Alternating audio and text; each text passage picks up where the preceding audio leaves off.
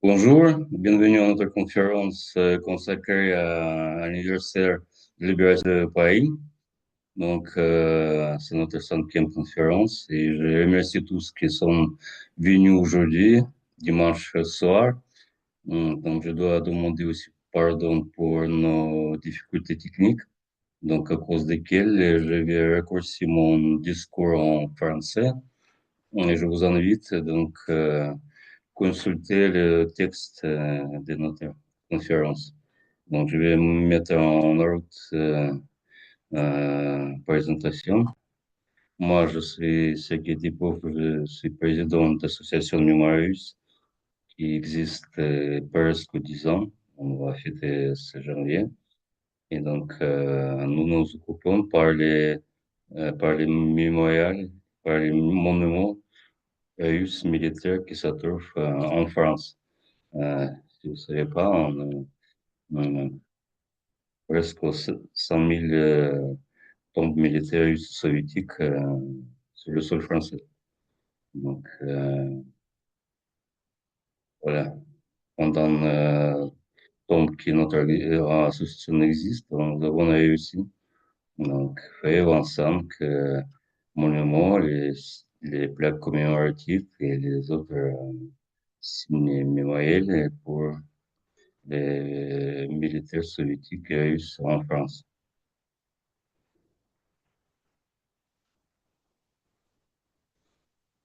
Notre conférence aujourd'hui, comme je vous savez, qui consacrée à un nouvel anniversaire de libération de Paris. C'est un événement important pour l'histoire de la Deuxième Guerre mondiale. Bien sûr que c'est pas de Stalingrad. Pourtant, c'est un des points tournants de la guerre. Donc, c'est très important parce que c'est la première grande capitale européenne qui a été libérée euh, la Deuxième Guerre mondiale. Évidemment, c'est très important pour la France. Et moi, je m'adresse tout d'abord à mes compatriotes russes qui sont arrivés à vivre en France, qui, j'espère, vont connaître mieux l'histoire du pays où ils habitent. Tout d'abord, je voudrais remercier nos interprètes, que vous voyez pas, qui sont derrière, et qui ont aujourd'hui la tâche la plus difficile, c'est des, des interprétations simultanées. Donc, c'est Jean Sayat et Katia Lebedev qui sont en train de traduire tout ce que nous disons. On va commencer par salutation de la part de Aïkoubay Kadama, de la petite fille de général Panfilov, très célèbre en Russie, et qui va nous transmettre ces salutations. Merci beaucoup pour Kadama qui est maintenant à l'hôpital, mais qui a réussi à enregistrer cette adresse. Merci encore.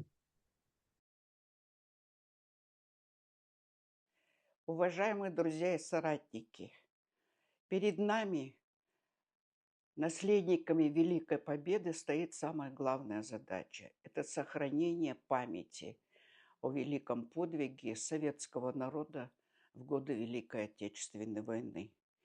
И этой цель нашего международного панфиловского движения «Нас миллионы панфиловцев». Наше движение развивается, расширяется и проводит всегда все мероприятия, несмотря ни на какие юбилеи. И самое важное, наверное, достижение, что в 2024 году наш вымпел международного панфиловского движения «Нас миллионы панфиловцев» побывал в космос. Желаю вашей конференции творческих идей и успешного завершения. А вам всем желаю огромного здоровья, всех благ, мирного неба и удачи во всем. Je vais raccourcir mon intervention parce que les techniques n'a pas réussi. On a juste fait tout en français. Moi, je vais pas vous raconter l'histoire de libération de Paris, vous connaissez mieux que moi. Je voudrais vous montrer quelques photos. Vous voyez ici une photo qui est bien célèbre, mais à mon entendement, j'avais trouvé qu'il y a pas mal de monde qui ne connaît pas du tout. Donc ici, vous voyez des quatre jeunes parisiennes sur les rues de Paris et qui s'habillaient en robe des couleurs des drapeaux nationaux des quatre pays des, des alliés pendant la Deuxième Guerre mondiale. Nous avons nous avons reconstitué cette scène deux fois pendant les marches de régiment immortel à Paris en 2019 et cette année 2025.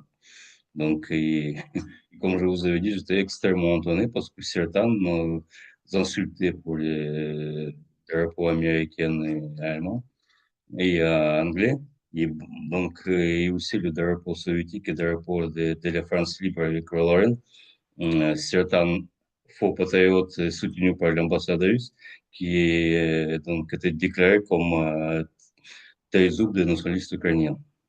Donc ça, c'est donc scène avec les quatre Parisiens, avec les drapeaux des pays alliés pendant la Deuxième Guerre mondiale. Grande-Bretagne, France, États-Unis et Union soviétique. Ça, c'est une photo que je trouvais par hasard. Vous voyez ici donc Champs-Élysées, l'Arc de Triomphe, une fouille acclamante qui contente, qui était jouée de son qui montre son contentement de libération du pays. On voit ici un petit camion apparemment qui est rempli de jaunes dessus et avec le drapeau au-dessus, on voit d'abord le drapeau américain. Mais après, on voit sur les autres photos quand ce camion approche, on voit oui, à côté du drapeau américain, drapeau français et drapeau, visiblement, un drapeau soviétique avec fossiles et marteaux. Donc, ici, nous continuons voir ces photos dans les progressions de ces camions sur Champs-Élysées. Et on voit bien que sur ces camions, ça trouve quelqu'un avec drapeau soviétique. Et je remercie beaucoup d'Olga Chernina qui nous a coloré ces photos et on voit bien donc, drapeau national de l'Union soviétique à côté du drapeau français, britannique et États-Unis. Donc, aussi, je voudrais vous attirer l'attention sur cette cadre de film, de célèbre film Paris Butil, donc qui raconte cette histoire et c'est quelqu'un voudrait connaître en gros ligne de cette histoire de libération de Paris. C'est regarder ça. Donc, au début de ce film, on voit une scène, donc réunion de trois organisateurs cette procès, donc insurrection des pays. Donc, on voit à droite l'acteur Pierre Vanek qui incarne un personnage André Toré, qui était à l'époque en tête des comités de libération des pays. À droite, on voit Bruno Kramer en rôle de célèbre Earl Tanguy. Donc, Earl Tanguy, c'était quelqu'un qui dirigeait des FFI des régions parisiennes. C'est lui qui donc accueilli le général allemand qui signait capitulation de Paris. Donc, au milieu, on voit Alain Delon en rôle de le général Chaban Delmas, qui était représentant du général de Gaulle. Donc, à l'époque, il avait 29 ans. Il était déjà général de FFI. Il a commencé la guerre en grade de lieutenant des chasseurs alpins. Donc, il est terminé comme général, donc pratiquement carrière napoléonienne. Donc, ça, ce qui est très intéressant, et pourquoi je voudrais attirer votre attention, parce que tous ces trois personnes étaient décorées par l'ordre militaire soviétique de la guerre patriotique du premier degré. Et colonel Tanguy était aussi décoré dans les années 80 par l'ordre de l'amitié du peuple. Et quand c'était dans les décorer des décorations, c'est-à-dire pour son rôle pendant la Deuxième Guerre mondiale. Ceux qui dirigeaient l'instruction du pays des côtés des commandements de De Gaulle, c'était un certain Lazare, c'est un ressortissant russe qui était connu pendant la guerre comme, pour son pseudonyme Lucien Arachet et pour son pseudonyme Sokora. Donc, c'est le dirigeant des résistants français, des pilotes placés parmi des ressortissants russes, parmi les immigrations russes en France. Donc, ici, on voit des photos un monsieur avec une mitraillette soviétique, PPCH. Donc, ça, c'est une scène filmée dans la mairie de Paris. Donc, ces photos attribuées souvent d'un différents photographes, même avec Serge Sazon, donc Sergei Sazonov, c'est un photographe français de journaliste. Et important, ça, c'est un cadre tiré d'une chronique filmée par Lucien Zvoboda. Donc, c'est un des 15 caméramans qui ont tourné l'insurrection du Paris. Et, et c'est, et c'est, de ce film est composé en film, donc chronique de libération du Paris, que vous connaissez peut-être. Donc, à gauche, on voit un autre monsieur qui est bien habillé en costume avec cravate et avec drapeau sur les barricades. À Paris, vous voyez des barricades. Les batailles continuent presque une semaine. Donc, les insurgés des partisans ont réussi donc, à occuper certains rayons de certains arrondissements de Paris. Certains arrondissements étaient occupés par les Allemands, donc les combats continuent assez longtemps. Donc, les Américains n'ont pas voulu intervenir pour libérer Paris. Donc, en général, de Gaulle a eu pas mal des efforts pour obtenir l'autorisation d'intervenir directement aux divisions Leclerc. Donc, voilà, c'est 26 août 44 quand De Gaulle déjà venu à Paris. Quelques jours plus tard, c'est les Américains quand même montés à Paris, déjà libres FFI. Donc ici, on voit un défilé des chars américains sur le Champs-Élysées à côté des monuments de Concorde. Et nous voyons quatre drapeaux des pays liés pendant la Deuxième Guerre mondiale. Donc, premier drapeau de droite, c'est un drapeau soviétique. On voit bien. Donc, dans le journal soviétique d'Armée rouge, qui s'appelle l'Étoile rouge, donc, était publié un grand article de célèbre écrivain Ilya Renbourg, ancien émigré russe qui vécut en France pas mal de temps. Par la suite, il est revenu en Union soviétique, il fait une carrière autonome, surtout comme immigré. Donc, il a publié un très, très impressionnant article euh, consacré à la libération du pays. Staline a félicité le général de Gaulle et le peuple français pour la libération de son capitale. Donc, je dois dire que dans chaque jour, dans le journal Étoile Rouge, donc, ils ont suivi pas en pas chaque jour de situation avec libération de France, avec publication même des cartes. Donc, ici, sur le forum de Biélorussie, où au Pierre Régiment Normandie-Niemen, c'était une grande fête avec les feux d'artifice de toutes les armes. Donc, et sur ces photos, on voit des personnels du régiment Normandie avec le maréchal de l'autre de Tassigny. L'histoire de l'autre de Tassigny que vous ne connaissez pas du tout. Pendant les années 30, quand il était responsable des relations avec l'armée rouge. Donc, on va vous raconter un peu plus tard par l'historien de Moscou. Et voilà, quelques photos des partisans russes et soviétiques avec le drapeau qui participaient dans la libération du pays de la France. Euh, Ici, à gauche, vous voyez photo très intéressante parce que c'est photo colorée. Je ne sais pas par qui. Ces photos, vous pouvez trouver sur Internet, elle est assez fréquent. Et ce qui est intéressant, que dans chaque fenêtre, vous voyez, dans chaque fenêtre, au milieu, il y a un drapeau qui n'a pas colorisé, qui est en gris. En fait, c'est le drapeau soviétique, donc quelqu'un qui a bien falsifié ces photos pour supprimer le drapeau soviétique de cette cadre. Donc, et à droite, vous voyez donc Arc de Triomphe avec tous les drapeaux des pays alliés et sur ces photos.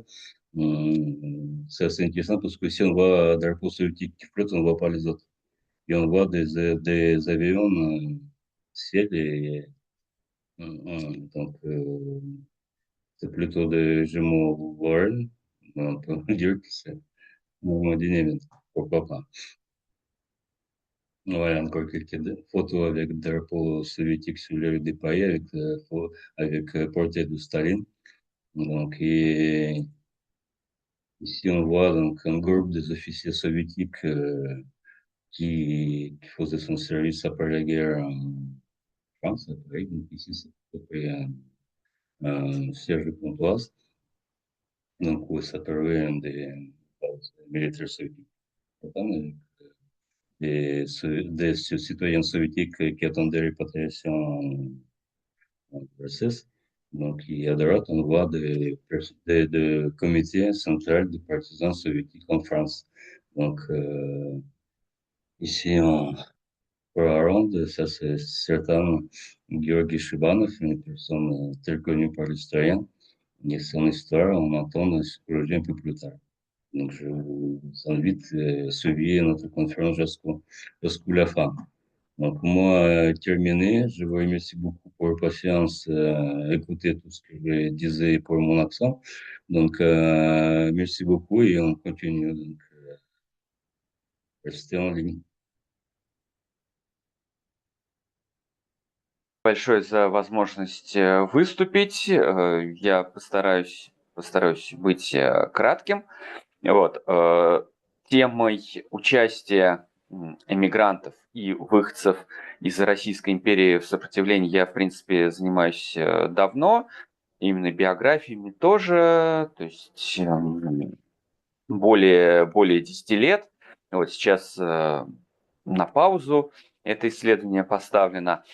Скажу, что в скором времени, правда, в Академии наук, в Институте всеобщей истории должна выйти большая работа по белоэмигрантам и советским гражданам в сопротивлении во Франции. Вот, наверное, в конце этого года или в начале следующего.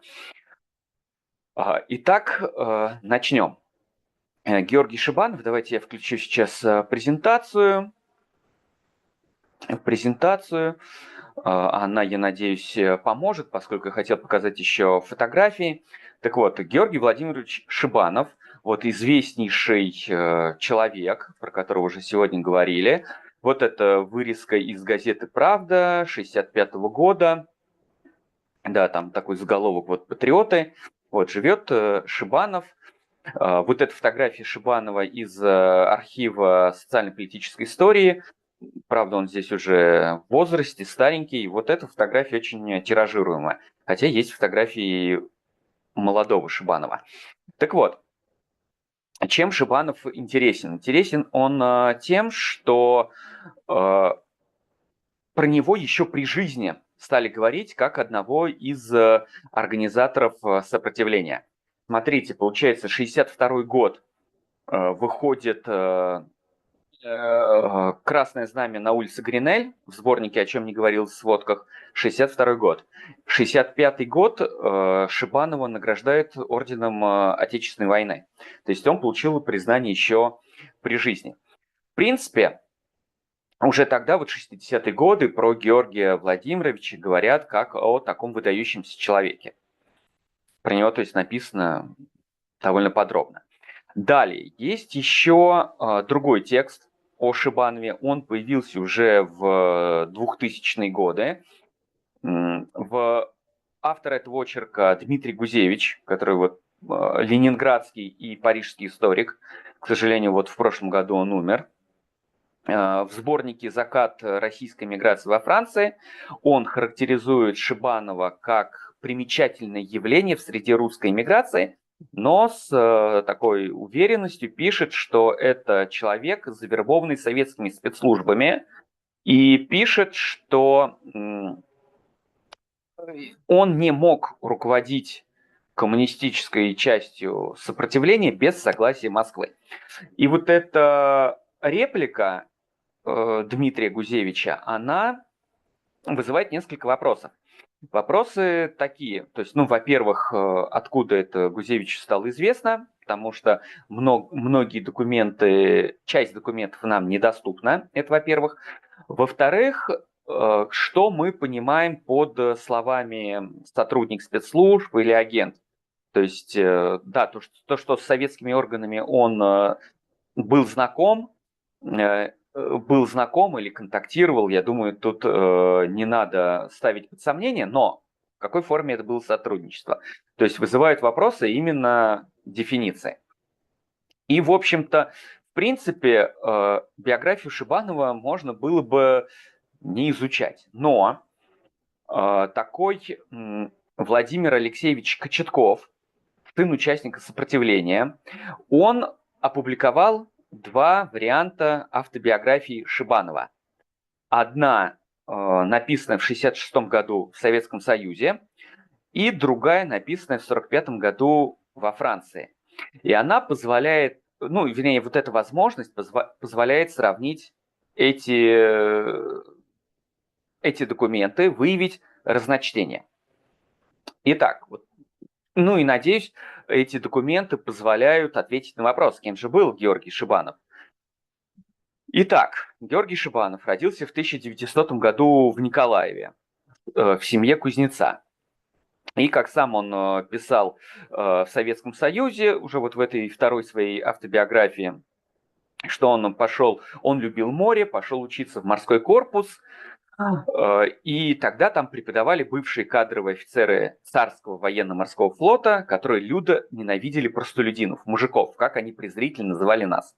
Но надо учитывать, что, во-первых, в 1919 году флот белых, Черноморский флот белых, он очень сильно изменился. И после того, когда Белый флот восстановили, то на флоте было очень много добровольцев, то есть очень много людей, которые хотели участвовать в строительстве этого нового флота. Потому что старые моряки, очень многие ушли с кораблей. То есть, возможно, Георгий Владимирович здесь лукавит. Далее.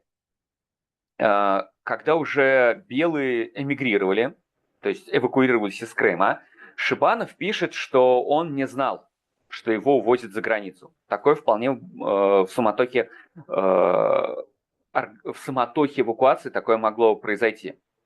Далее, он пишет: нам предлагали влиться в формирования, которые создавались для вооруженной борьбы против Советской России. Белый флот находился в Тунисе, и в начале 20-х годов не шло речи о создании каких-то антисоветских сил в Африке, в Тунисе. Далее. Шибанов пишет, что он бежал с белого корабля и добрался до Франции. Скорее всего, он не бежал с корабля, он списался с флота, была такая возможность. И он пишет, он научился шоферскому делу и стал работать таксистом. Да, это действительно так. Много есть и свидетельств коллег Шибанова, то есть того же самого Николая Роллера. И там Алексей Кочетков тоже пишет, что была целая группа бывших гардемарин, таксистов. И далее.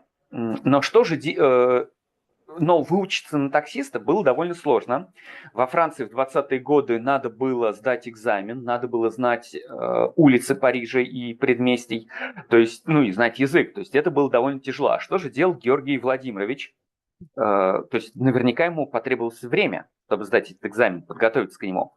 И мной было выявлено в архиве Дома русского зарубежья, я нашел его анкету. Он хотел продолжить учебу.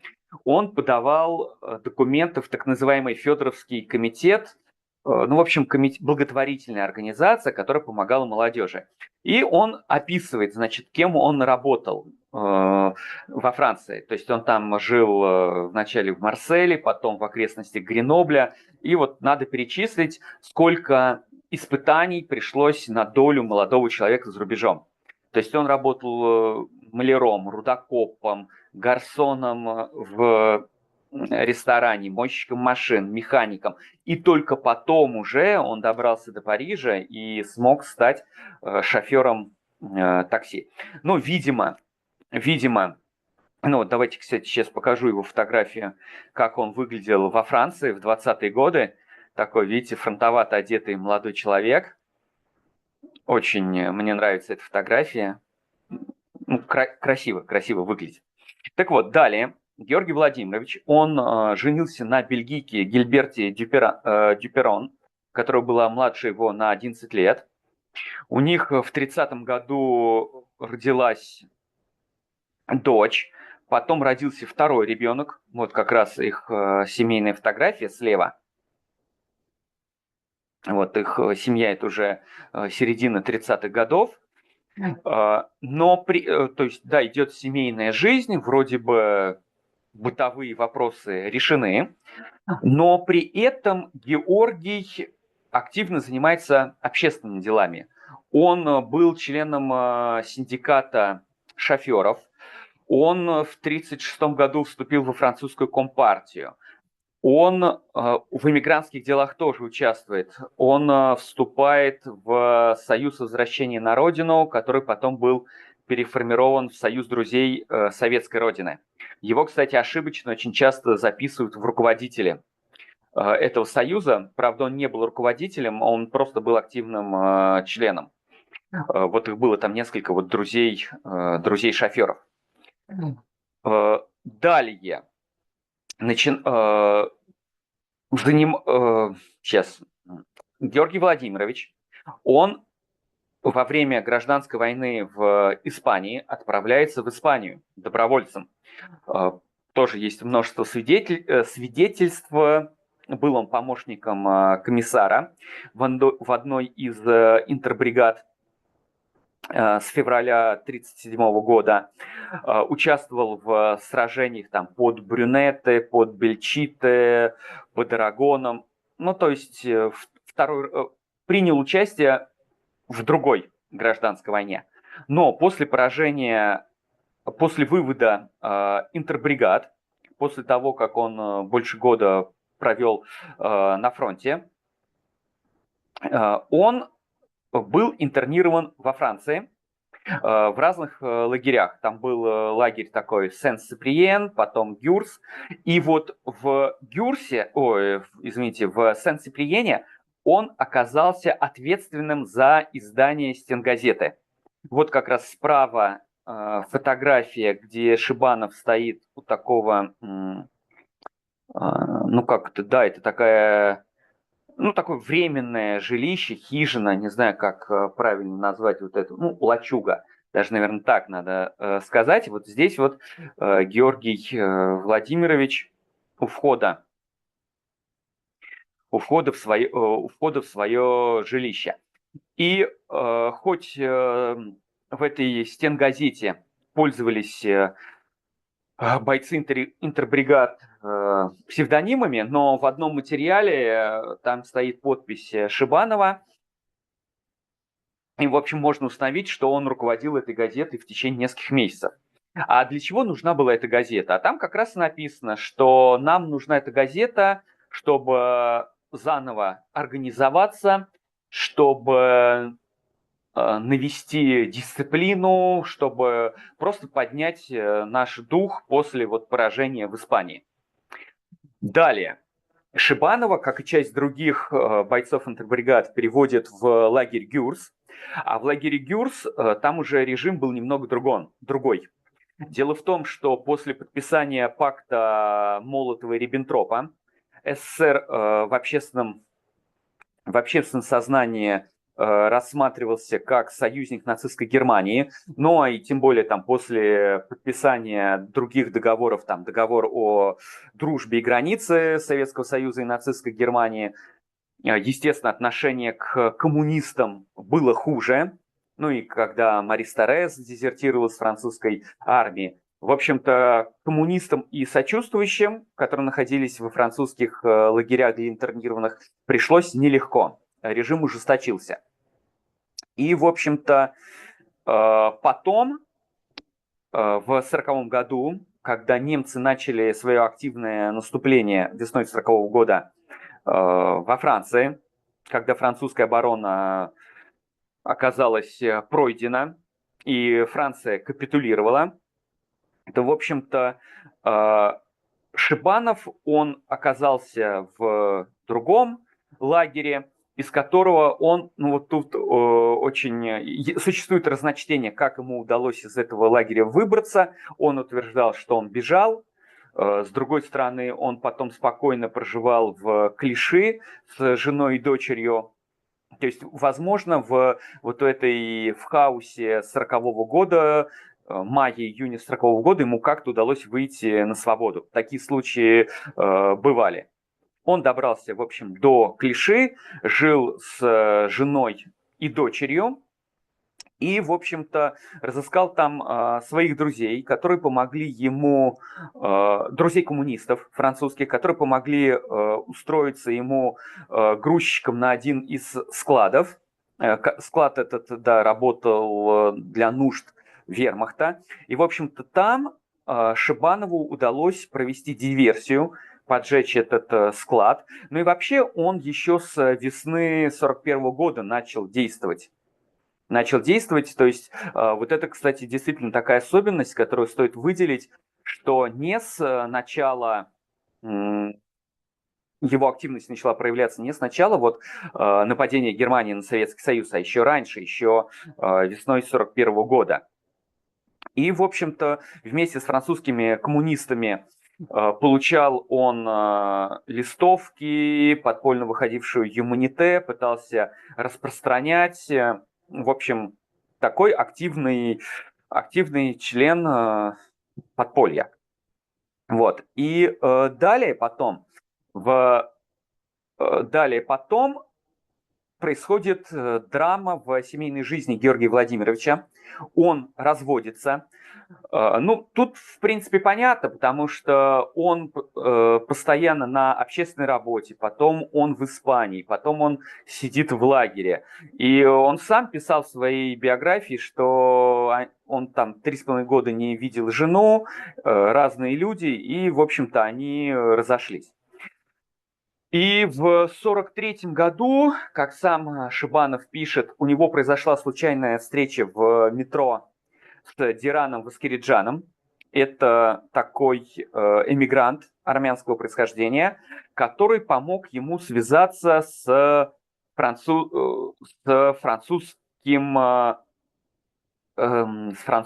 подпольем. Но тут возникает вопрос, а зачем Шибанову заново связываться с французскими подпольщиками, если он и так уже был связан с... Avec la résistance française, alors qu'il a été déjà lié avec les communistes français.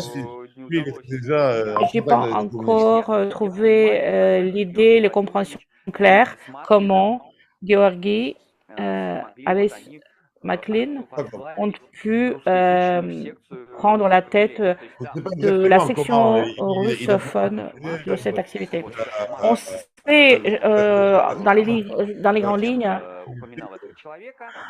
Roman Lebedenko en a parlé, donc on ne le sait pas en grande ligne, mais on ne sait pas en détail comment ils ont pu arriver à la tête de cette section.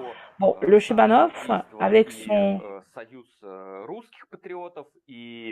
il a été en tête avec le comité de otages et le comité des communistes russophones. Donc ça, on le sait en détail, toute cette activité. Dans son appartement, et surtout dans son appartement, le 3 octobre 1943, il a eu lieu la rencontre de lui et les autres ex-l'Union de répatriation qui sont été actifs dans leur résistance. Donc, Je ne vais pas vous raconter d'une manière très précise de l'activité de Chebanov dans la résistance. Elle est plus ou moins connue. Ce qui est intéressant, c'est le moment après la libération de Paris. Chebanov et certains émigrés, ils ont essayé de se mettre en contact avec les diplomates russes. Il y avait une rencontre en automne de 1944 avec Bogomolov et avec un archive de politique extérieure. Il y a un document où il y en a écrit un des secrétaires de l'ambassade russe, il faut étudier le visage de ces immigrés. Oui, ils sont les Russes, effectivement, mais malheureusement, ce sont les personnes qui vivent longtemps à l'étranger, donc il faut les étudier. Et c'est Bogomolov qui rajoute ça. On n'accueille avec la grâce, la gratitude, leur évolution. Il faut juste apprendre, il faut juste étudier vraiment en détail qui c'est le Chebanov. En 1944. Alors,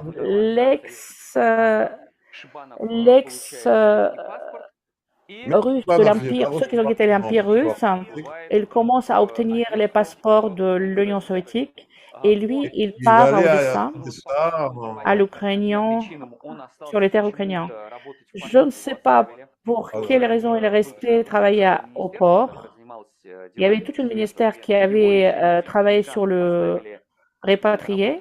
Lui, et il y a quelques autres, ils ont été laissés à travailler au port. Mais après, il a trouvé un travail supplémentaire dans un institut très connu, l'Institut de Filatov de Storologok. Là-bas, il a connu une jeune fille, la mère solitaire, qui était très très jeune par rapport à lui. Il a fait le lien avec elle et il a déménagé chez elle à l'oblast de l'Odessa, donc banlieue d'Odessa. On va vous montrer justement les photos. Par exemple, ça c'est Chebanov à Paris. Il est à gauche. Il est sur la gauche.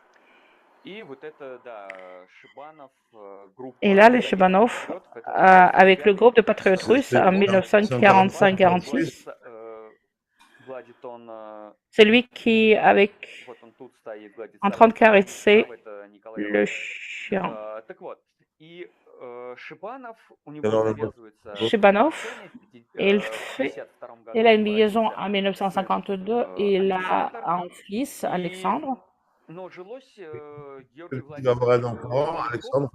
Mais il n'était pas simple sans vie commune parce que les rapatriants soviétiques, ils ont vécu longtemps à l'étranger.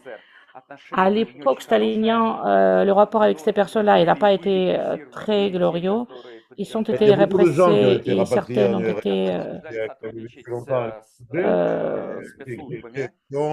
été obligés de collaborer avec les services spéciaux. Et lui, après, on ne peut pas le vérifier, mais son fils nous a dit, il a voulu se perdre.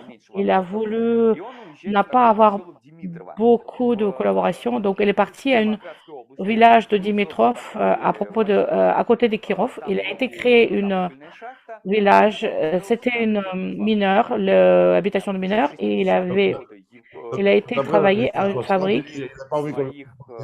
Et par contre, dans les années 60, il est devenu vraiment populaire parmi ses compatriotes.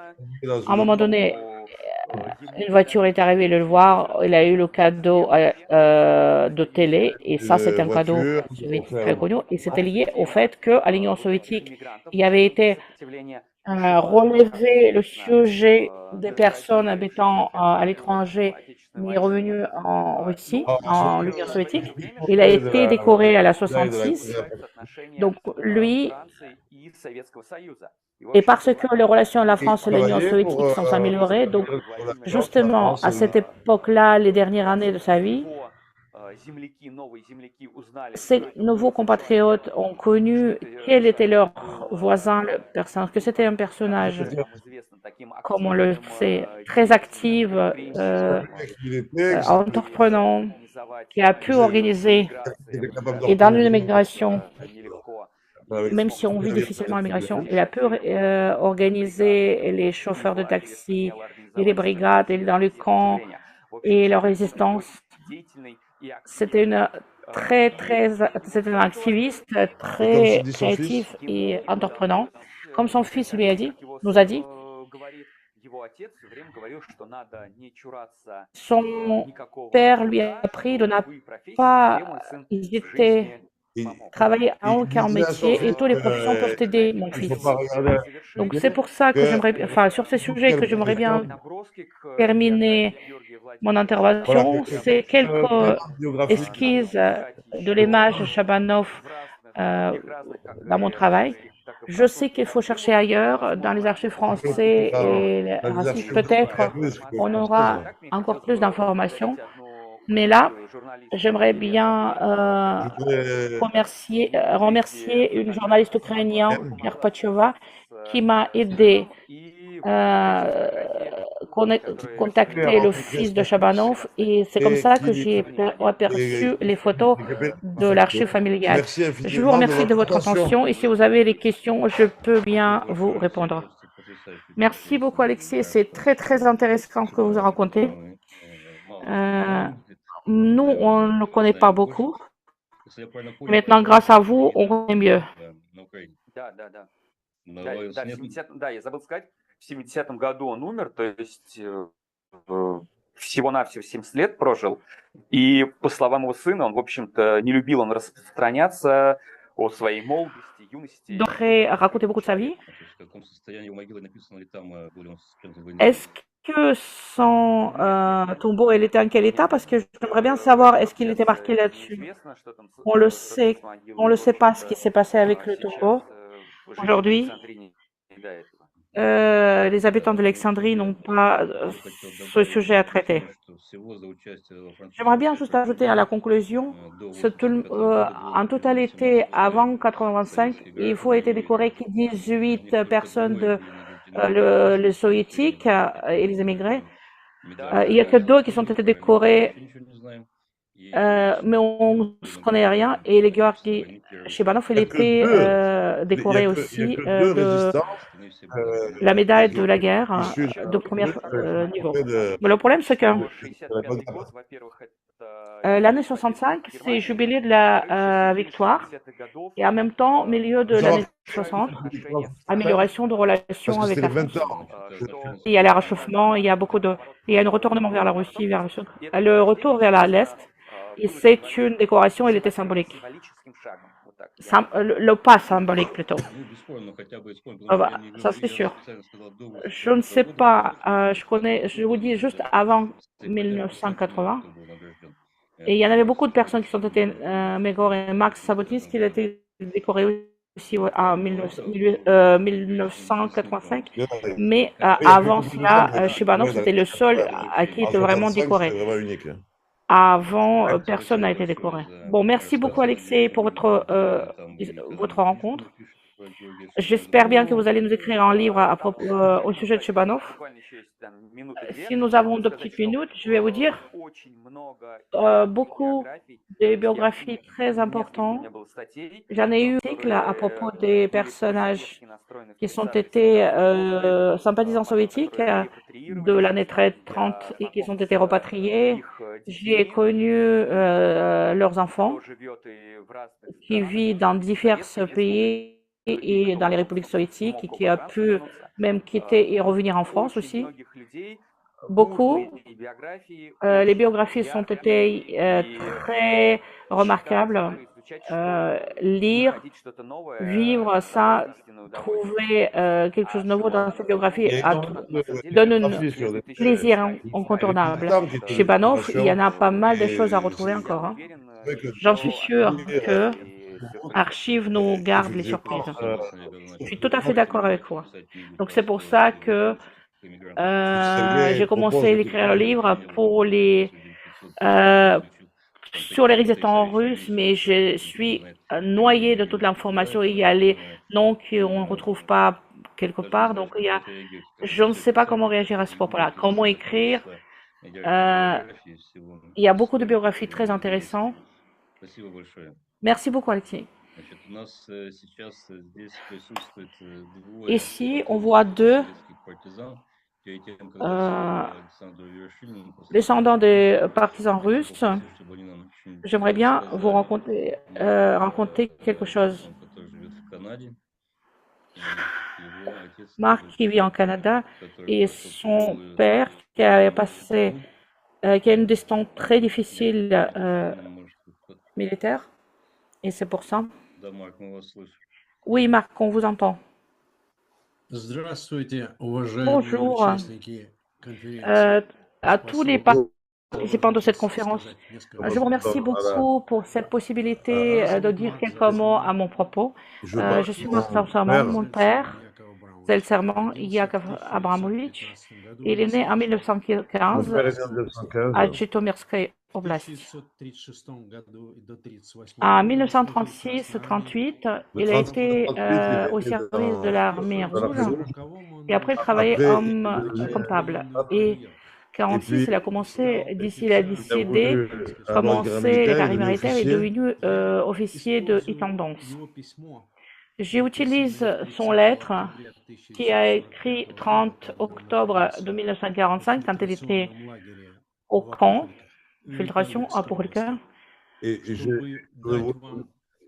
avec Kirloga, pour vous donner la perception de la personne et le temps. Il écrit à ses amis. Il a essayé de trouver ma mère et sa fille. Qu'est-ce qu'il écrit? Au début de notre séparation, il est passé plus de 400. Et ces années maudites, elles sont riches tellement de l'événement, mais je ne sais pas avec quoi commencer. J'ai commencé la guerre comme un technicien en tendance de première rangée et il a fini comme le capitaine de division. Le 10 juin 1942, j'ai été blessé et par heureux dans le visage. Cet obstacle m'a sauvé de la fusillade. J'ai m'étais retrouvé, j'ai vis sous le nom différent. J'ai avec la famine, j'ai mangé les chiens morts et j'ai regardé tous les jours la mort aux yeux. Pour la plupart de nourriture, on a travaillé avec plaisir. J'ai quitté le plan, j'ai été recapté. J'ai à nouveau fait l'invasion et je me suis retrouvé côté français.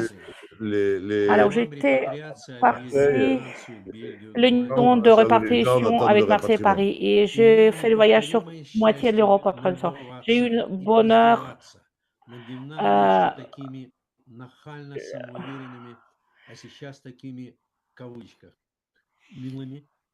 j'ai eu une bonheur inouïe, massacrer et mépriser toutes ces participations de la nation méprisables. Mon père était responsable de camp répartition en Pontoise. Grâce à Deboeuf, on l'a su. Après Pontoise, il a été dans le camp en Marseille, qui était confirmé par Gaffe à Moscou. Et mon père a décidé de revenir à l'Union soviétique. Il est parti dans la zone soviétique. Et dès qu'il a quitté le train, on lui a récupéré le non-officier. Et lui, il a quitté, il est retourné en France. Mais même en même temps, il a décidé de revenir à l'Union soviétique. Il a passé par les camps filtration en 1945.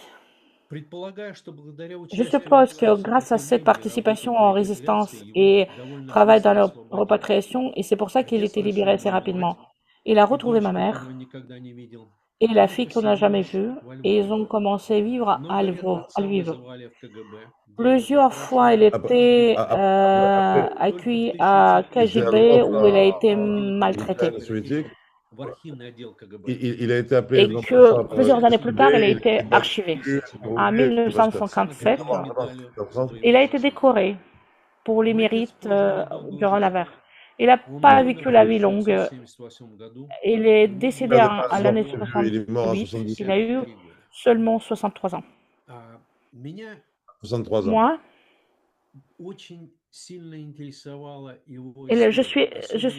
j'étais très intéressée par son histoire parce que mon père, il nous a quittés. Et la compréhension Parce que que je déjà, suis la en question de vie savoir grâce au fait lui, qu'il lui a il survécu, a réussi à survivre. il Et jusqu'à reste aujourd'hui, l'idée le plus important pour moi aujourd'hui. pas la paix. J'ai Je repense à tout ça. fait les recherches et j'ai retrouvé J'ai réussi à retrouver certains moments de la son chemin confirmation de vie. de ces J'ai vu, à un moment donné, j'ai cru comprendre que j'ai trouvé son affaire, son dossier de infiltration. C'était parmi les documents de l'archive de Jytomyr qui m'a été envoyé. Il me semblait que c'était l'affaire. Il y avait aussi les il y avait tous ces requests de KGB de Lvov, aujourd'hui, à Jytomyr. C'était les courriers aller-retour. Il y en avait beaucoup d'informations qui n'ont pas été très importantes. À part une note que, à 1955, son dossier a été transféré a été archivé. On a envoyé Mais le dossier a disparu, je ne sais pas pourquoi. Et quand je parlais avec un archiviste de KGB à Jytomyr, elle a dit 65 000 dossiers de filtration ont été transférés de KGB Jytomyr vers l'archive d'État et vous avez eu juste malchance. Si au cas où elle a été perdue, ce ne sera pas possible de le trouver. Après, j'ai été contacter le KGB à Moscou, à Kiev, à Omsk, à Lviv, parce qu'à Omsk aussi, il y a une archive. Et partout, j'ai eu les réponses négatives. Gare a trouvé les quittances de paiement de camp filtration à Marseille où il y a le nom de mon père. Il y a quelques-unes archives qui nous donnent l'information qui est arrivée à Poukliki, qu'il avait passé, qu'il a été resté retenu à Caen et il a été dans le camp de à côté de Kharkov. Le plus important qui m'a intéressé et qui m'intéresse, quand elle a quitté, quand elle a fait l'évasion de camp Ban-Saint-Jean, sans participation dans la résistance, travaille avec les Américains pour la répatriation de personnes soviétiques. Il a beaucoup raconté de cette partie de sa vie. Il raconte une partie de sa vie. Il y a certains détails rigolotes ou moins rigolotes, mais l'idée principale, qu'il a été resté lié. Et donc l'uniforme qu'on a pu voir sur les photos qui est marqué Sergei, la photo de l'officier soviétique dans les camps à Pontoise. Son uniforme, elle était un petit peu plus arrangée. Elle a été conçue pour lui et pour encore un autre collaborateur, camarade, par les Américains. Qui lui a cousu son et moi, il avait qu'on voit j'ai passé quand même pas mal de temps dans une archive nationale américaine. Ça ne m'a pas permis de trouver beaucoup de choses. Ce qui était le plus intéressant de l'archive nationale, beaucoup d'affaires beaucoup de dossiers. Il y avait beaucoup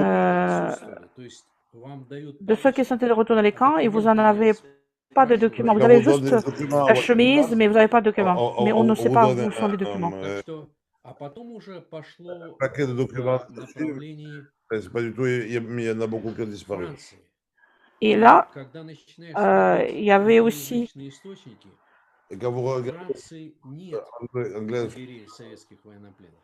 en France, il n'y en a pas de camp de soviétiques.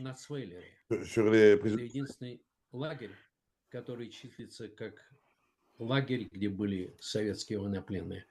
C'est le seul camp qui est... искать российские источники, et quand je cherchais les стало понятно, да, эта Тут часть это, Франции, где находился лагерь в Бансенджане, была частью Германского рейха. Эти 4 Alors, года. le camp de Vincent-Jean, il était parti de Reich. То есть On ne sait pas comprendre, mais ce n'est pas un camp russe, mais c'est vraiment un camp allemand. Ну, что вам сказать? Voilà. Donc, qu'est-ce que vous voulez que je vous dise? Я Moi, все время об этом думаю. Отец прошел через je Кургиада. parle tout le temps, je pense tout le temps à ce qui mon père a passé et ce qui m'a donné la vie, et à mes 2 enfants et mes 5 petits-enfants.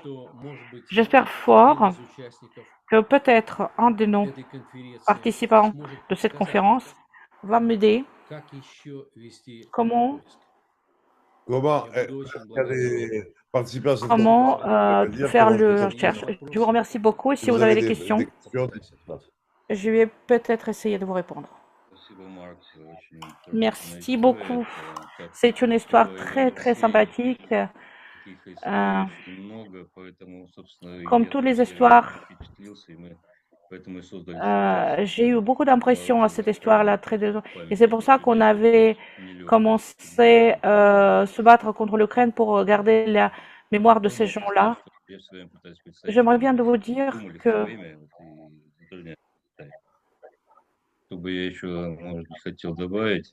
j'aimerais bien vous rajouter.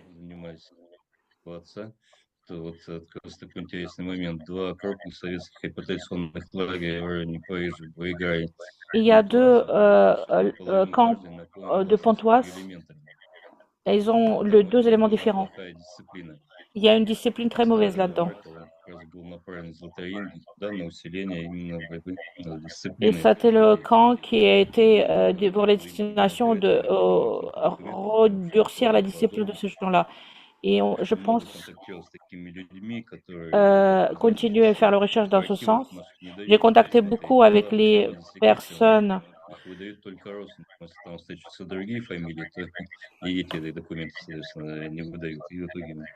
Alors, avec les archives russes, c'est difficile à trouver les documents et on reste sans les documents. Non. Et on ne peut pas restaurer ces histoires d'une manière complète. Merci à toi. Merci beaucoup de ta présence, Marc.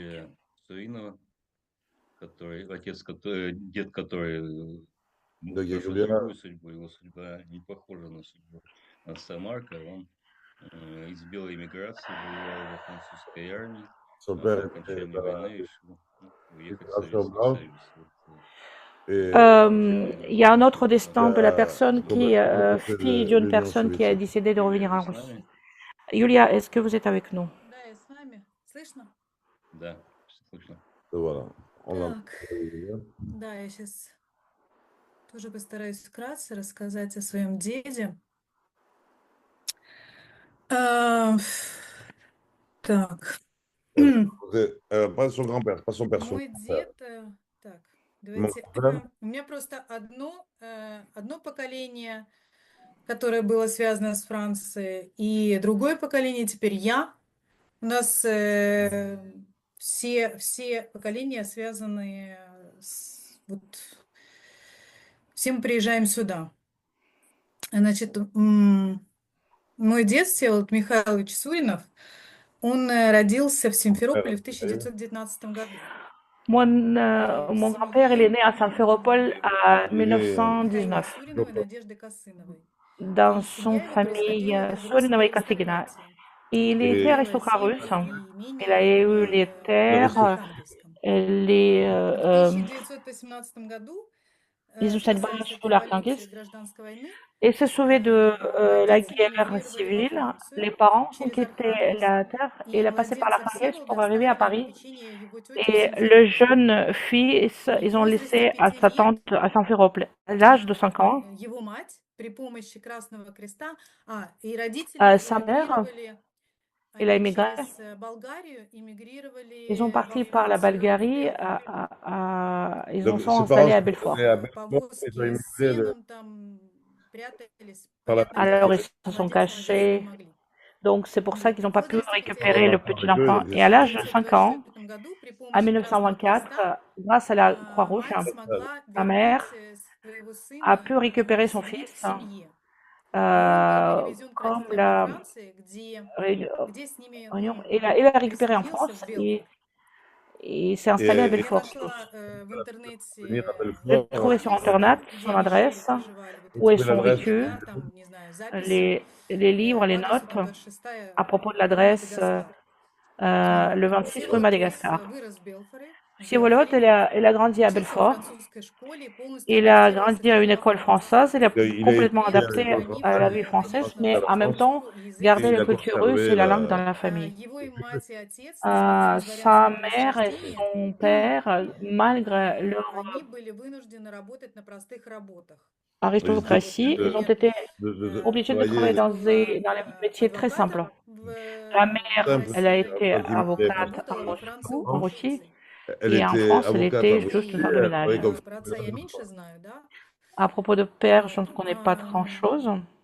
Атмосфера в семье была строгая, трудовая. L'atmosphère И dans une Всеволод famille, il était vraiment ответственность на себя. assez dur et sévère. l'enfant, elle Не a уладил, потому su что, être autonome très tôt. я не знаю, Donc, elle n'a каким pas été образом, vraiment dans bonne relation avec son отец père. был Le père était такой, ну, белогвардейская такая кровь, да, а euh, Всеволода de l'éducation des Russes blancs, революционные истоки. alors que Всеволод, Отец il a eu неоднократно лазил в côté кровать révolutionnaire et son père и говорил, l'a что tapé я en выпью из disant тебя que эту революционную j'ai советскую fait кровь. te taper jusqu'à ce que tu oublies Поэтому мальчик cette histoire de 23 révolution. года Et c'est pour ça que le garçon de On 22 ans, a son père sur un lit, on l'a un battu, jeune homme de 22 ans, payé le il a sang quitté la maison familiale, и подписал контракт на 5 лет il a во signé le французском contrat иностранном легионе. pour 5 Французском ans иностранном de la легионе. Légion Et donc son d'honneur. père И La до Légion, этого pardon, еще avec la France, étranger, pardon, 5 excusez-moi.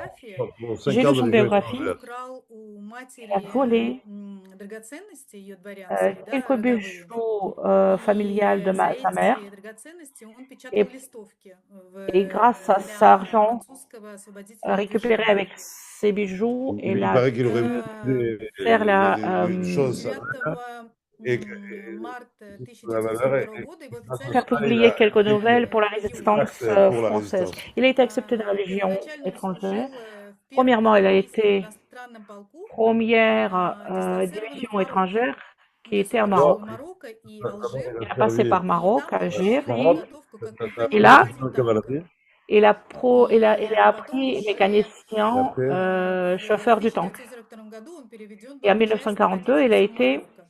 transféré vers И потом Marocco. был зачислен в Et разведывательный après, групповой полк 116-й, служил в Алжире, Марокко, Тунисе, il a участвовал fait в son турецких service à кампаниях. Marocco, Alger, à Algérie, Tunis, И et il a participé вот à я une еще compagnie нашла, tunisienne. не знаю, J'ai trouvé aussi, состыковку такую, что в ноябре j'ai trouvé aussi que dans le 1942 novembre года состоялась операция 1942, «Керчь», il высадка avait une союзников opération, в Северной Африке. И euh, вот он тоже там en участвовал, 42, il y a там une служил. une opération où il a И participé, все войска были et ces реорганизованы как divisions ont КГБ été армии réorganisées свободной Франции et под ils ont devenu командованием генерала après Шарля де Голля. l'armée de la France libérée sous le de Gaulle.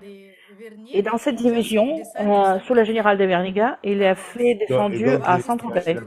En août 1944, opération Dragou, qui avait passé dans les batailles dans le vallée de Rhône et Alsace. Et après, il est participé dans les batailles au sud de Belgique, à l'Ardenne. Après, dans les batailles, participé dans les batailles de Karlsruhe et Mannheim. Il a fini sa guerre le 9 mai 1945 a à terminé la l'autrice guerre Lindau. За время службы 9 он mai разработал 45 новый à Pour le temps de электрический se Lindau. станок под participer, il Линдау, avait за что trouvé получил письменную благодарность от полковника Калле.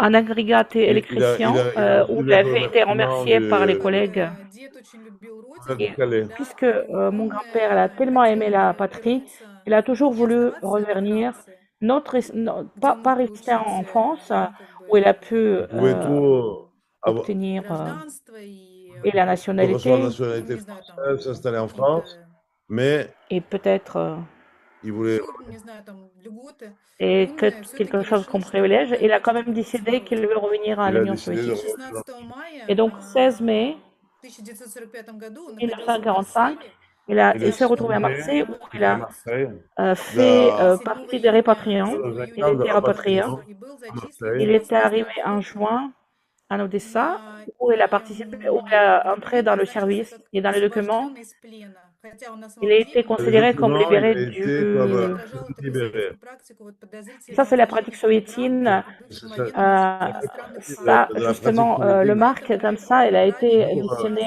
par Забайкальскую rapport à железную дорогу une prévenir relation assez как tendue avec les службу, как подозреваемого. ex-immigrés. des Russes qui Et étaient donc, il a été Пройти au вот этот travail un petit peu plus путь. dur И pour passer только le в filtration pour prouver 1951 году bonne он volonté. Et donc, амнистирован. en То есть он 1951, находился il 6 a été лет amnistié. в таком Il est подозрении. resté Et 6 pendant ans 6 ans, avant et, sous Вот suspens после de этого sa обвинения ему loyauté. тогда Et après cette оставили accusation, жить как нормального человека. il était soupçonné Он d'avoir запрашивал, il a fait il une était demande. amnistié en 51. не знаю, Grosso modo, on peut dire 6 ans de filtration pour да, vivre но его не tranquillement après. признали ветераном, да, Il n'a pas он été был reconnu изъят из Pas reconnu comme participant à la vétéran. guerre. Il a été récupéré de toutes les décorations. Он Il n'a pas eu le privilège de participer en прожил guerre. оставшуюся Il жизнь a в vécu городе le reste Чите de в la vie Забайкалье и с танка à пересел на Chita. трактор.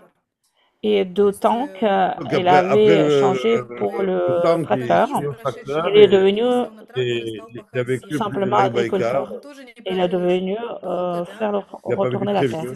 Il n'a pas vécu 61 la году. vie très longue. Il a vécu Alors, la vie. Как бы Il он est все resté à время 60 проходил ans. такую вот Il a элиту, toujours да, été un peu vexé. и умер от Il a сердечного приступа. décédé il est mort du crise aux cardiaque. causes Захоронен в Чите. d'arrêt de cœur. Il est enterré là-bas près de la Baïkal. Son tombeau est à Chita. Я не знаю, меня все время тянуло во Францию, Moi, и j'ai toujours Très envie de la été France. attirée par la France. какой-то вот прям, я не знаю, у нас магнетизм. Une espèce de magnétisme qui m'a attachée à la France. Et là, maintenant, je suis arrivée en France. Et depuis 6 ans, je vis ici. J'ai 2 enfants. Une espèce de magnétisme. Maintenant, j'ai 2 enfants. Merci et beaucoup. Vous voyez quels sont les destins très intéressants qu'on puisse voir et comment les destins sont différents. C'est sûr qu'en 1945, il y a une euphorie de victoire, mais j'ai pu me rencontrer avec les personnages. Les gens, dès qu'ils connaissaient que vous étiez russe, c'était vraiment euphorique, c'était vraiment aimé et bien accueilli. Mais là, le grand-père qui est revenu en Russie, en Union soviétique, justement, j'ai les documents qui étaient... Mais il était... Alors, il était jugé en France parce qu'il a quitté l'armée et quand il est arrivé à l'Union soviétique, mais à l'Union soviétique, ils n'ont pas tout à fait compris, ils ont donné le statut de quelqu'un qui était libéré du... Qui était libéré.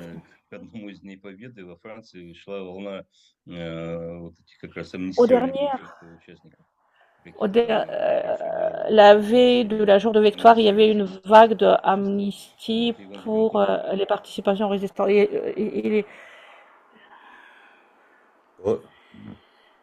У вас связь прервалась.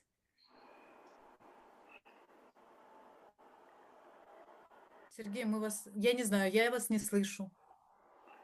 Я тоже не слышу. Да, и картинка, она зависла. Это, видимо, у Да, Сергея какой-то сбой. да, все остальные, потому что движутся.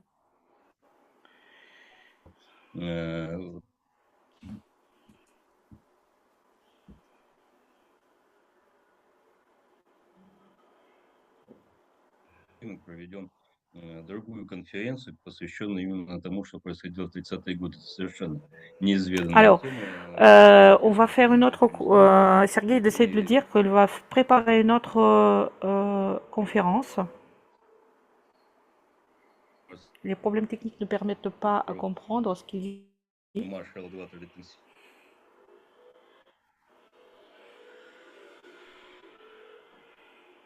орденом Суворова, но в то же время про него знаем далеко не все. Alors, les années 30, il n'est pas très... Пожалуйста. Да, Сергей Владимирович, вас не очень хорошо слышно, вы несколько раз исчезали. Поэтому Alors, on n'a pas pu tout entendre. Le technique nous permet de pas le faire. Начну вот со стороны Si- истории семьи, потому что я не совсем чужд темам, которых сейчас сказали коллеги. У меня тоже есть эпизод, похожий на то, о чем говорили предыдущие выступающие. Сестра моего деда тоже оказалась во Франции похожим способом. То есть она была остарбайтером, вывезена с Южной Украины в Германию. Несколько раз она меняла в Германии место жительства, пока не осела где-то в городке в Баварии, где сошлась с французским военнопленным, попавшим в Германию после окружения под Дюнкерком.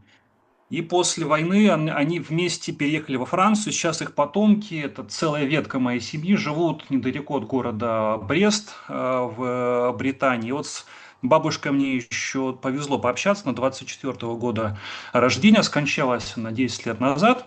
И вот она тоже рассказывала похожие вещи о том, как она, собственно говоря, венчалась, женилась, выходила замуж за этого французского лейтенанта Журта в городе Брест, который пострадал очень серьезно в годы войны. И вот она очень ярко это описывала, когда узнала местное сообщество французское, что живой человек из Советского Союза приехал и вместе с Феликсом Журтом. Она говорит, я вот помню, как сейчас все это, вижу ту толпу людей, которая вышла на меня посмотреть.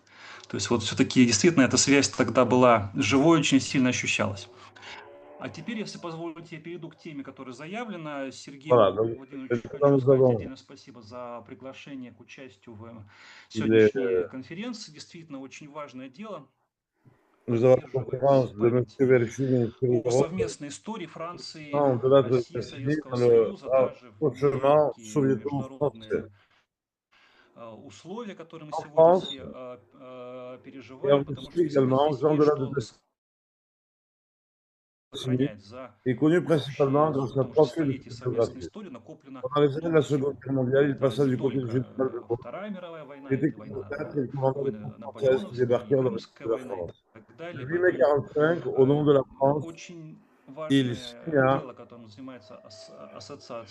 l'acte de capitulation à Carrefour. Au début des années 50, il fut haut-commissaire en Indochine et commanda les troupes françaises au cours de la guerre de Indochine. Il est moins connu au début des années 30, cela est un partisan actif du rapprochement politique-militaire sur l'histoire. Les historiens, sans aucun doute, se sont intéressés à cet aspect de la biographie de leur maréchal de France. Il convient avant tout de mentionner les travaux de Frédéric historien Elisabeth Duréo et de Maurice Weiss, ainsi que le chercheur italien David Brugada. Collègues, on a discuté en détail les documents français qui caractérisent la contribution de l'art au sens du construction. En même temps, les archibus sont longtemps restés peu étudiés. Ces publications furent probablement la première tentative visant à savoir comment la figure de Delattre était perçue vis-à-vis des soviétiques. Je note d'emblée, l'historien n'obtient pas de tableau complet de ce contact. Cela est lié à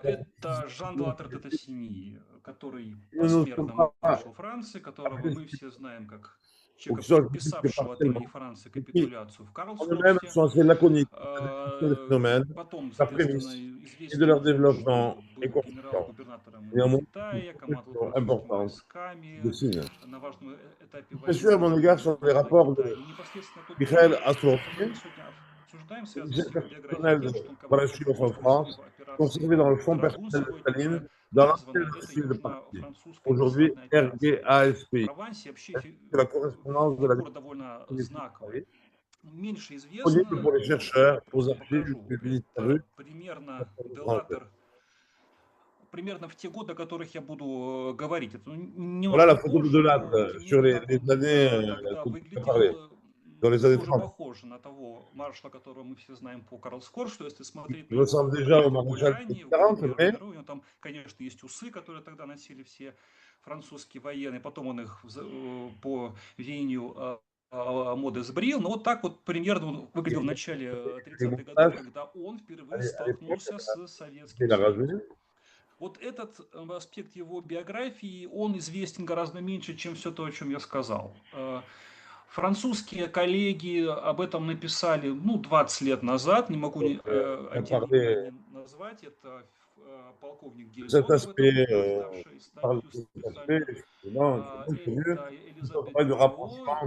публиковавшая бумаги Делатра отдельным изданием. On sait grâce au lettre de Delattre navigant, publié par M. Duréo, je peux penser le lieutenant-colonel de l'URSS aux équipes de défense. Le lieutenant-colonel Roger Pierre-France, circulé dans la presse militaire française. La puissance soviétique ne pouvait plus être ignorée, ni d'avance inscrite parmi les menaces. Moscou, selon lui, éloigné du radicalisme révolutionnaire, pénétré de plus en plus par un sentiment national et prenait conscience de manière toujours plus nette de la vulnérabilité de son processus international. Les relations soviéto-allemandes, d'après la conviction du lieutenant-colonel, traversaient une période de déclin, que l'on voyait clairement au Kremlin et l'on en faisait des tentatives écartant la menace qui pesait sur la liberté. Le rapprochement de la France deviendrait pour l'URSS la meilleure solution. Pendant les conclusions pratiques de Delattre étaient ainsi retenues. Dans le domaine technique discuté pour la politique visant à assurer la non-ingérence soviétique, dans un éventuel conflit franco-allemand, il est encore difficile de parler de neutralité bienveillante. Dans le même temps, on devinait que la coopération militaire était pensée par Delattre comme la locomotive. Est-il perçu le 16 octobre, le conseiller de mission то есть вот все, что плохое связано с Францией и католик и масон одновременно, было написано о нем. Comment ces projets в это время он французской армии был Le 16 octobre, le conseiller de la mission Marcel Rosenberg informait le NKVD d'une rencontre avec un officier en vue du deuxième bureau. Le nom de l'officier n'était pas encore mentionné. Dans le dossier de Cyril Delattre pour le début des années 30, il n'apparaît pas d'affectation au renseignement militaire, du fait que les représentants politiques, tous les militaires français entrant en contact avec eux, ils étaient déjà considérés comme un agent de renseignement. En outre, aucun autre nom, hormis celui de Delattre, n'est mentionné par Rosenberg par la suite comme consultant au sein de с русскими. Да, они большевики, да, нас ограбили, значит, soviétique qui participait Michael Asson, représentant du café politique soviétique en France, et parallèlement homme de confiance du commissaire aux affaires militaires et navales, Vanassilov. Comme l'a montré le colonel Galton, le contact entre Ossoff et Delattre se noua à la fin de septembre. Il fut présenté par un ancien officier du renseignement naval, Robert Tirol, qui a après sa retraite était consacré au commerce pétrolier.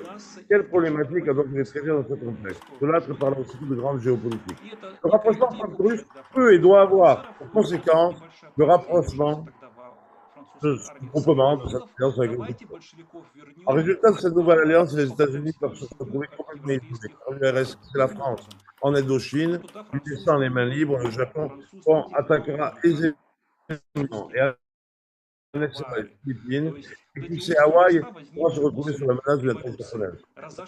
Tu vas avoir qu'elle a déjà trouvé et continuera de s'opposer au rapprochement franco-russe. Néanmoins, si le gouvernement français résiste aux interventions de la Grande-Bretagne, le royaume d'Outre-Manche finirait par rejoindre le gouvernement franco-russe comme il l'a fait avant la guerre. D'après les lettres de Delattre à Végan, Tous ces plans prometteurs n'étaient en rien coordonnés au niveau supérieur. Le lieutenant-colonel pensait probablement qu'en orientant ainsi la conversation, on parviendrait plus vite à gagner la confiance de ses interlocuteurs soviétiques. Les références aux grandes combinaisons stratégiques devaient rappeler les glorieuses pages de l'ancienne alliance. Tout cela, cependant, n'est pas крестьянская Красная Армия, которую на Западе не знал никто, и il возможно с ней иметь n'est pas дело, clair это si было les очень approches de la part des militaires, mais uniquement de la deuxième section de l'état-major, et qui Vigan demeure opposé à l'échange de tâches militaires, ou bien Виган, il a видимо, changé de ему position. дает добро. En tout Вот cas, à это ce то, что stade de l'approche, коллеги je considérais во super Франции manifester notre достоверно установили. Теперь что мы узнаем из советских entre-temps, документов? les Как на contacts это на de все Delattre devenaient реагировал, réguliers. соответственно, значит, D'après les Советский conversations Союз? avec Delattre, rapporté les Видимо, militaires devant la впервые Chine, il est контакт ressorti был que завязан l'état-major, в sous la direction de сентябре Vigan, 1932 poussait l'idée d'un года. échange rapide Архив d'attachés Нижний, militaires avec l'URSS et документы, insiste которые sur la mise это en œuvre de ce показывают. style. Dans le même temps, il n'est Марсель pas clair Розненберг, si советник Delattre était réellement посольства, autorisé à пишет, mener de telles. Пол Преста пишет Comme в il l'avouait lui-même, Никит о le том, ministre что français des Affaires наши étrangères сотрудники имели встречу с n'éprouvait видным guère офицером d'intérêt второго pour le бюро. rapprochement des deux armées. Ну, насколько мы знаем, Un Делатор autre никогда не был problème сотрудником второго sur lequel бюро, insistait Assovski но тогда était надо l'incertitude понимать, да, что dissimulée для derrière советских l'enthousiasme apparent de дипломатов ces все partenaires прозвища français военные априори quant à leur плохо. capacité de mener à terme Тем l'entreprise более те, française. которые пытаются Par поговорить exemple, il с apparut rapidement que les représentants de Vigan Поэтому n'étaient pas en в mesure данном d'assurer une случае protection это loyale du не ministère видно de la было о Marine том, что это не concernant Делатор, la а question весь de l'échange контекст d'attachés подсказывает, navals. что скорее это был именно он. Встречу Cette méfiance организовал par la вот manière этот dont les человек Français conduisaient les négociations. с Kéron et Георгием Delattre, III, Михаил Семенович Островский. Ostrovsky mettaient visiblement en Забытая scène des préparations по domestiques, истории советской tant дипломатии, de façon скромный ostensiblement чиновник sincère советского que la нефтяного France ne pouvait se permettre d'attendre 6 mois de plus треста pour в changer Париже, la politique politique des attachés а на militaires, деле конфиденты tantôt доверенное лицо recourant à des éléments маршала de Ворошилова. chantage en insinuant qu'à défaut Каким d'accord avec образом les и где RSS, и как он с Paris Ворошиловым envisageait un познакомился, rapprochement avec и l'Allemagne. есть тайна великая, Dans la до сих пор situation мы не qui знаем. dessinée, Где-то на Moscou ne se фортах traitait pas de Гражданской войны, но в Париже он à des accords занимался concrets. нефтяным En бизнесом и première, je mentionnais одновременно par le осуществлял lieutenant операции в rapport avec интересах Gand советских вооруженных relatif сил à и в интересах l'intention du советской représentant разведки. soviétique de parvenir à un accord Ну, avec вот les здесь Français я его могу ne показать semblait pas чуть-чуть tant correspondre à la réalité. крупным планом справа. Au début du mois de Каким-то décembre, образом еще les до Français avaient этого он déjà смог désigné un установить candidat au poste контакт d'attaché с militaire.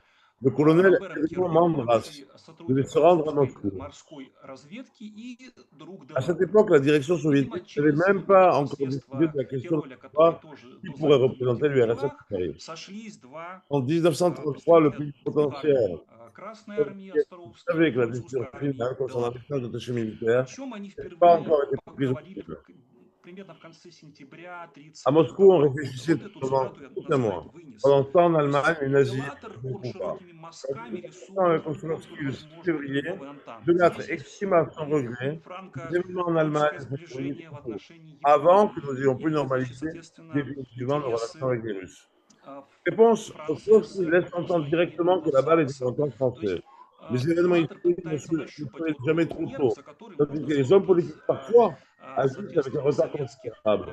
представителей. Entre-temps, На что они gouverner могут signifie клюнуть? voir. Вот Il поэтому soulignait он explicitement que приоритет l'URSS тем, ne и в данном forcerait pas случае unilatéralement les попытка négociations. поговорить о Nous большой sommes rien sur nous, nous pouvons attendre. геополитике, скорее всего, была вот Dans les вот jours qui таким suivirent la запросом. rencontre avec Ostrovski, Судя по le lieutenant-colonel письмам mena une Вигану, négociation ничего informelle похожего avec les personnes clés с самим dont dépend la Виганом Делатор décision не finale concernant les обсуждал. attachés militaires. То есть Finalement, le мандата 8 этой février, большой политики un ordre с fut adressé au русскими Quai от d'Orsay Вигана у d'entrer Делатора immédiatement en было. négociation entre le К gouvernement de Moscou этому concernant l'échange. зондажу отнеслись осторожно. Delattre Значит, était enthousiasmé. советские Dans une lettre дипломаты на это à отреагировали с Litvonov, опаской. Rosenberg То есть неясно, rapporta en mars поведение sa общительного rencontre Делатора. avec le Он обычен lieutenant-colonel. Виганом. Il m'a И даже demandé если он que nous Виганом orientions la Turquie vers la France уполномочен, не et является ли это voir que dans la perspective поводом du développement французской futur de nos военщины для того, relations, чтобы ввести советскую власть nous puissions approvisionner la в petite entente au заблуждение. moment de la guerre jusqu'à ce qu'ils Тем puissent более, eux-mêmes что intervenir en soutien.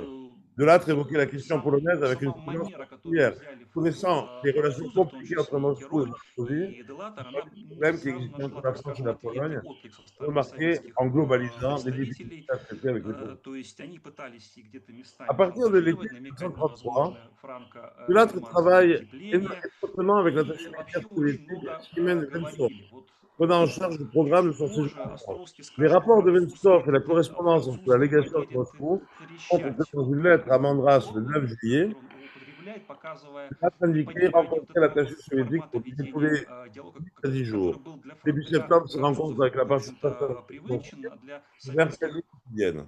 Pour людей, более réaliser ces конкретных conditions и et находящихся son под vicieux projet давлением politique, из pardon, Москвы, это было, Delatte конечно же, наверное, et ses не alliés совсем ouvrirent largement понятно, les не portes de совсем l'armée française à Vensor. Поэтому ушло какое-то Puis время de permettre на l'accès de то, чтобы l'attaché aux просто unités найти militaires, общий aux язык. usines d'armement. Sa participation dès les premiers mois, Вплоть до Vensor начала fait les manœuvres de la 1932 года combine et Москва effectua на les visites. предложение Делатра не реагировала, хотя Делатр уже Delatte озвучивает s'impliqua également dans конкретно les projets de и coopération четкие navale franco-soviétique, военными Ты издеваешься portant операциями. sur l'aide Причем у française Делатра даже à la уже был conquête de navires de человек, puissance которого régime. хотели на En эту septembre, должность Ostrov, назначить. Это très impliqué, полковник Эдмон et Мандрас, la marine Saro serait apparemment beaucoup plus характерист, наверное, favorable au лучший rapprochement знаток Вася, Красной армии. 21:15, ты уже должна лежать спать. Я Aigle. специально все подогнала, чтобы ты могла залечь спать в тишине, чтобы тебе дали avec sa заснуть. В fille Москве et pourra, le cas Вась, ты échéant, опять пользуешься тем, что я просто не могу тебя контролировать. dans le même temps, Delatte se montre prudent à l'égard du voyage à Ты Moscou, пользуешься тем, что я не могу тебя контролировать. Ты сидишь в телефоне, Вась. Sergent Juillet 33. еще один диалог Островского с Делатором. Вась, Comment cette initiative prématurée 15. Я Le все сделала, чтобы ты dialogue à haut ходила. niveau Ты не ne помыл. apparaît. Они идут к власти Du moins, Вообще не l'action пушу. sauf que personnellement engagé Тогда mais почему à ты не la пуш visite моего de corps сценария? Я тебя прошу, чтобы ты в 21 militaire, поняла. auprès de la Завтра вставать в 6, Вась. formation de première main И et Ты же не радуйся, я не встала раньше 10. А тебе встать на 4 часа раньше. collaboration avec Vensor, Delatte élabora et remis à Côte cette visite, incluant plusieurs militaires et scientifiques à Moscou, et Delatte, Kiev. В итоге успешно. В Москве решили Delatte проверить évalua les Делатору, de Côte comme и touristes в феврале qui n'avaient pas permis d'atteindre les résultats escomptés. Les plans de Delatte se heurtaient à la réalité politique. обмене военными Grande атташе. méfiance persistée entre Париж le camp приезжает et la первый partie военный атташе politique accueillit Франции positivement Семен à Венцов disposition Гранц. française Вот он à справа partager des здесь, эта informations sur les фотография forces armées. оригинальная, Il до ne сих пор не s'empêchait pas de rendre опубликовавшаяся. l'appareil. Я в свои À Moscou, on nous видал montrait à Mandras это в les Париже, activités de parade почти et les сразу manœuvres после spécialement своего organisées, приезда во Францию mais в мае ni ni aux officiers 1933 ordinaires года. ni aux militaires. Такое интеллигентное Fin лицо, 33. человек на фоне среднего комсостава Красной Une Армии mission navale действительно française dirigée par le capitaine Dupré учился на et dont Delatte экспертов, participa à la стиля, préparation на de истории l'envoyeur du RSS. стратегического Les Français факультета rencontrèrent à Moscou une forte puissance. Les заканчивал autorités гимназию, accueillirent поэтому un Français dans le был в этом смысле удачный. И вот этот человек, с которым Делатор Le militaire начинает de тесно Valache работать. insistait pour qu'une délégation soviétique soit envoyée en France, qui fut rapidement perçue comme le début du En décembre, Ostrovski eut un échange difficile avec Delatte qui ne cacha pas son mécontentement quant au résultat du voyage. À partir de ce moment, l'enthousiasme de Delatte sembla décliner. Lors de cette discussion avec Koch en novembre 1933, il nota que la présence de ce reste encore non envisageable. Sa référence à l'atmosphère générale au sein des forces françaises. Il persévère. La consistance de l'interlocuteur soviétique écrivait à Mandras comme une de Yugoslave, instable et Командование военного и для политической власти Travail это préparatoire развитие военно-морского флота. avait déjà acquis Хотели sa propre dynamique. получить доступ к Et en французским 1934, технологиям и обменяться военно-морскими c'est le атташе. début d'une période В сентябре accrue полгода des missions Островский militaires писал soviétiques. Ворошилову. Морской Si au début de министр 1937, la Сороги position de сравнительно Delatte dans la лучше hiérarchie относится к militaire руководству s'affaiblit франко-советского fortement. сближения, чем Le покойный 6 février, Лейбинг. il avait donné à la police et aux troupes Многолетний protégeant le bâtiment du Parlement attaqué par les Франции Жорж militaires Лейк. К тому l'ordre же de наш старый друг полковник la Делатор carrière живет с его protège leur дочерью menacée. и сможет C'était pas на него prévu устойчиво brigand воздействовать. 2035 du То poste есть d'inspecteur de Brest. запускали все Tant du Haut связи Conseil вплоть militaire до laissait entrevoir un личных. avenir incertain pour Delatte. Le Делатор dernier contact в то же entre les время ждал, militaires во-первых, politiques русских France et известий, Delatte ont потому что в enregistré dans Москве les Мандраса archives à la никуда не fin 1934. отпускают.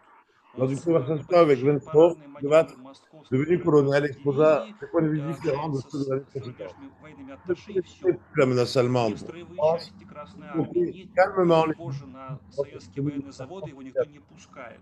Delatte Это, разумеется, ignorait. означает On l'accusa de не понимание со bolchevisation de l'armée стороны française, Делатора, он ждет от alors que русских l'humanité его нет. continuait de critiquer violemment И второй Weygand. момент. Demanda à Он Vensov полагает, de что все-таки financer le слишком cheval du активно Parti сближаться не communiste. стоит. пока еще не Lors развеяны de опасения. cette dernière Вот в этом rencontre, смысле Trump affirme показательно son его rapprochement вложение franco-soviétique de sa Пьера confiance Котера, министра dans le nouveau авиации ministre Франции, des после étrangères, Mark, 1933 il года, était известный визит. perceptible, considéré pour lui-même Вот comme здесь я gestionnaire даже покажу lourd. эту фотографию. Собственно говоря, его Effectivement, вылетел soviétique, Le Bourget. problème По центру majeur. кот стоит со Dans шляпой l'interaction des représentants des deux pays Лукас, réduisait слева от dans него la это réduit Венцов, dans la communication, группа divergence de французских vision de l'agenda офицеров bilatéral. французских Cela se ВВС. proposait de creuser en profondeur Вот, кстати, фотография, которую я нашел в архиве pour être кинофото sûr des документов. Это Пьер Кот уже в Москве, в Кремле сидит на ядре возле царь Пушки. l'approche dans son domaine Так вот, à Moscou Делатор par полагал, un что этот визит не côté нужен. similaire.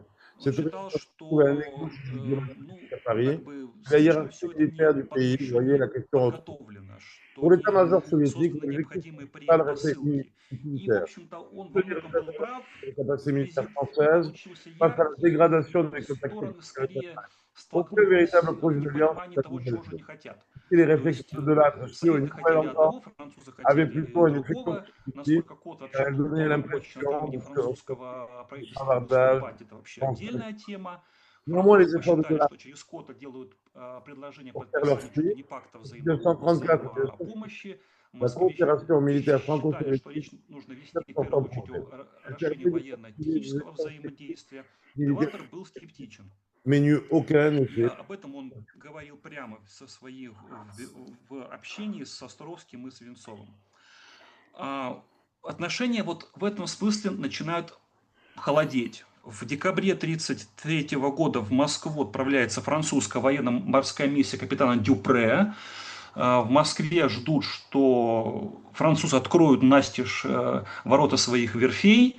Французы осторожны и скорее готовы оказать некую помощь в части вот создания некоего советско-французского КБ в Москве.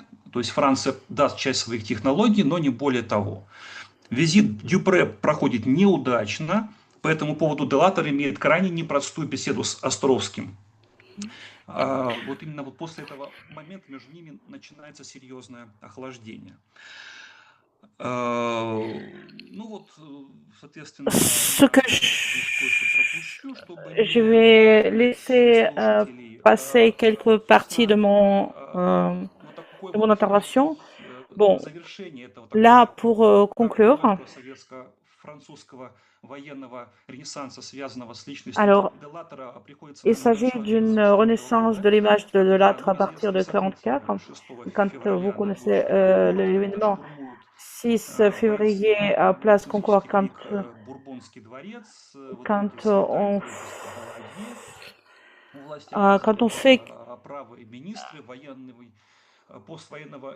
on fait descendre le gouvernement de Marshal Pétain, Delattre, et il est tombé dans cette situation vraiment malgré lui. Il a donné les ordres, et c'est parce que quand il aurait fallu donner passe à parti radical, et c'est pour ça qu'il a proposé avec Gand, a proposé son qui était le gouvernement, mais Delattre, elle était éloignée de Vigan. Vigan a quitté le gouvernement et il a changé par Maryse Gobelin, un personnage complètement différent et par la sympathie et Delattre. De le groupe de sympathisants soviétiques, il est quitté.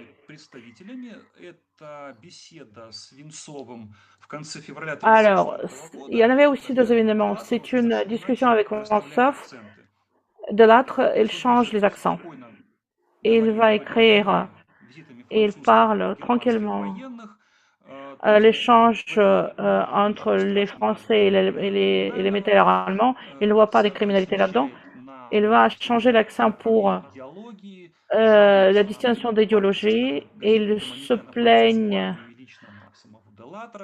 de réactions métropolitaines, d'être une personne attaquée par des étrangers. Donc il n'est pas très intéressé.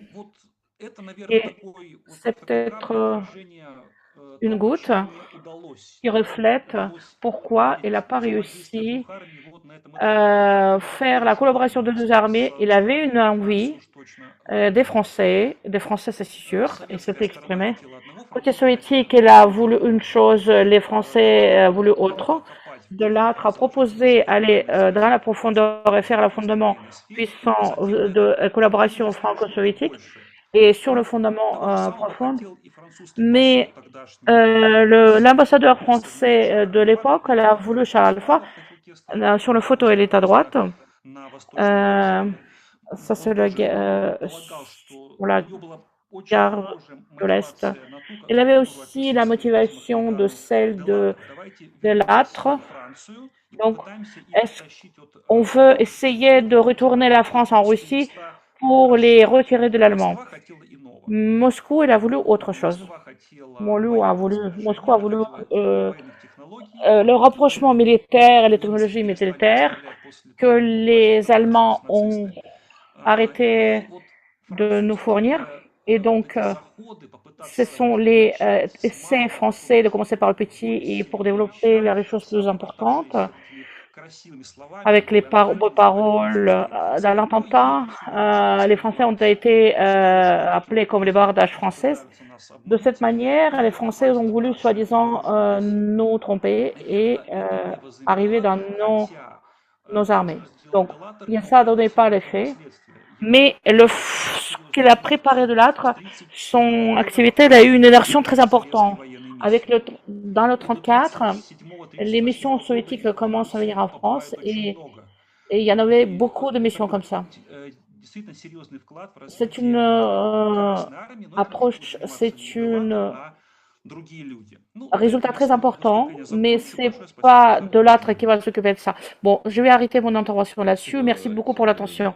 Merci Alexandre. Moi, j'ai été très intéressée, je ne sais pas, justement que j'ai posé les questions de l'année 30. C'est une période pas très connue et moi, à l'époque, tu m'as découvert Frédéric Guelton et que j'ai reconnu à Moscou. Et lui, il va participer dans une conférence suivante.